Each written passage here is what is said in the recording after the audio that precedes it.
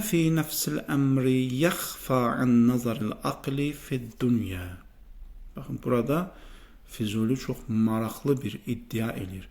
Buyurur ki, nəfsul əmr, yəni reallıq, həqiqət nədirsə o dünyada insanlara gizlidir. İnsanlar onu bilə bilmir.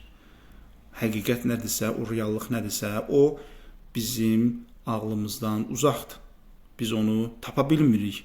Bilə bilmirik ki, bu nədir? Ağlımızda gizlidir bu. Aydındır. Çox maraqlı bir iddiadır. Füzuli buyurur ki, وَمَا فِي نَفْسِ الْأَمْرِ يَخْفَى عَنْ نَظَرِ الْأَقْلِ فِي الدُّنْيَا. Dünya həyatında həqiqətin özü, reallığın özü bizdən gizlidir. Biz bilmirik onu. Ağıl onu tapa bilmir. وَكُلُّ مُعْتَقِدٍ مُصِرٌ عَلَى مَا يَعْتَقِدُهُ. Və hər bir inanç sahibi öz inandığına neynir? Onun doğruluğunu müdafiə edir və israr edərək onu müdafiə edir. Qeyru alimin bimə fi nəfsil əmr. Və reallıq nədir? Reallığın özü nədir? Nəfsul əmr budur. Yəni həqiqətin özü. Özü, sırf özü. Nəinki bizim bildiyimiz. Çünki bizim bildiyimiz bəzən həqiqətin üstə düşür, bəzən həqiqətin üst-üstə düşmür. Ona görə o nəfsul əmr deyəndə, yəni o həqiqətin özü nəzərdə tutulur. Obyektiv həqiqət bizim düşüncəmizdən, təfəkkürümüzdən, zehnimizdən, argumentlərimizdən asılı olmayaraq o real həqiqət nəzərdə tutulur. Füzuli buyurur ki, bəli, o insan ki, nəyəsə inanır. O öz inancında israrlıdır, çünki o düşünür ki, o həqiqəti tapıb. Amma hər bir halda onun reallıqdan, həqiqətin özündən xəbəri yoxdur. Çox maraqlı bir iddiadır. فَإِنْ مَاتَ مُعْتَقِدَانِ أَحَدُهُمَا عَلَى الصَّوَابِ وَالْآخَرَ عَلَى الْخَطَى.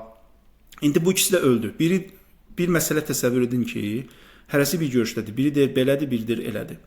Hər ikisi də öldü. Axı bunlardan biri səhvdir, biri düzdür, ikisi də düz ola bilməz. Nə də ikisi də səhv ola bilməz. İndi وَلَمْ يَكُنْ لَهُمَا مَوْعِدٌ يَرْتَفِعُ فِيهِ الْحَقُّ. Əgər ölümdən sonra bir yer olmasa ki, orada həqiqət, haqq üzə çıxsın, o zaman fələ farqa beynəs-savab vəl-xata. Doğru ilə yanlış arasında fərq qalmayacaq. Füzuli nə demək istəyir? Füzuli demək istəyir ki, biz reallığın özü nədir onu bilmirik. Bilmirik. İnsan ağlı reallığın özünü tapa bilmir. Və insanların bəziləri eyni məsələdə belə düşünür, bəziləri elə düşünür. Təbii ki, bunlardan biri düzdür, bunlardan biri, bəziləri o birisilər səhvdir. İndi bu dünyada biz onu üzə çıxara bilmirik. Füzulinin iddiası budur. Bu dünyada biz həqiqət üzərə çıxara bilmirik. Çünki o nəfsul əmr dediyimiz o reallığın özünü biz bilə bilmirik ki, isbatlayaq ki, səninki düzdür, o birisinki səhvdir. Füzuli deyir, bunu biz isbatlaya bilmirik dünyada. O zaman yeganə yer haradır? Ölümdən sonraki həyatdır.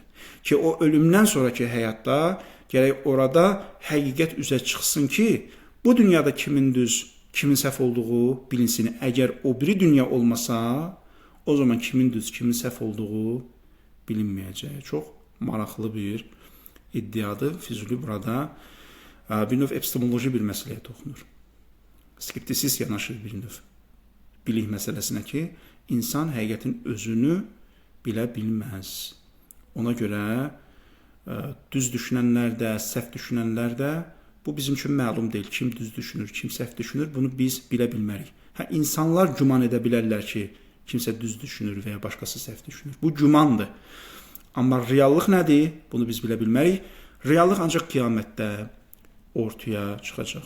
Ona görə buyurur ki, fəqtada əl-adlu ən yəkuna lil-imtiyazi mav'idun bi-mubahatis-saib və ilzamil-muqti. Ona görə qiyamətdən sonra bir yer olmalıdır. Ədalət bunu tələb edir ki, bir yer olmalıdır ki, burada doğru danışan və ya doğru düşünən kimdir, o mükafatlansın və kim xəta edibsə, o da cəzalansın. Aydındır, Füzuli axirətin varlığını bu prinsipdən isbatlamağa çalışır ki, bu dünyada insanlar həqiqəti tapa bilmirlər.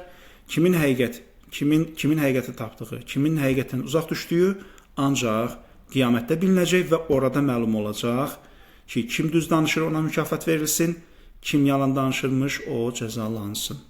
Baxın, bu çox maraqlı bir iddiadır. Amma fikrimcə Füzulinin bu yanaşması o iddia elədiyi ilahi ədalətlə tam uymur. Nəyə görə? Çünki əgər biz dünyada həqiqəti tapa bilmiriksə və həqiqəti tapmaq qeyri-mümkündürsə, o zaman həm düz düşünən, həm yanlış düşünən, bunlar hər ikisi də, yəni düz düşünəni bildik, o mükafat alacaq, amma yanlış düşünənlər nə olmalı? Üzürlü olmalı. Çünki bizim əlimizdə elə bir imkan yoxdur ki, biz nəyinsə vasitəsilə düzü tapa bilək. Çünki o düz düşünənin özü də həqiqətin özünü görə bilmir. O indi müəyyən arqumentlərlə düzü tapıb, amma o həqiqətin özünü görərək tapmayıbdır. İndi bəxti gətirib məsələn. İstifadə etdiyi arqumentlər daha dəqiqdir. Amma bu yanlış düşünən, axı bu da həqiqətin özünü görmür, görə bilmir. Nə də kimsə ona həqiqətin özünü göstərə bilmir və o da düşünür ki, mənim arqumentim düzdür. Çünki qarşı tərəf gəlib desə ki, sənin arqumentin səhvdir, həqiqət budur. Ona necə göstərsin həqiqəti? Füzulinin iddiasına görə o həqiqəti göstərmək mümkün deyil. Əgər məsələ belədirsə, o zaman bu yanlış düşünən də nə olmalı? Üzürlü olmalı. Nəinki bu yanlış düşünən, yanlış düşüncədə olan qiyamətdə ona cəza verilməlidir. Çünki bunlar bir növ müstəzəf hesab olunur. Müstəzəf nədir? Müstəzəf budur ki, bu yəni üzürlüdür. Bu həqiqəti tapa bilməyib. Əlində olan bütün vasitələrdən istifadə edib, amma həqiqəti tapa bilməyib. Bu çox maraqlı bir iddia idi. Füzuli bunun vasitəsilə qiyaməti isbatlamağa çalışır. Əl-Xamis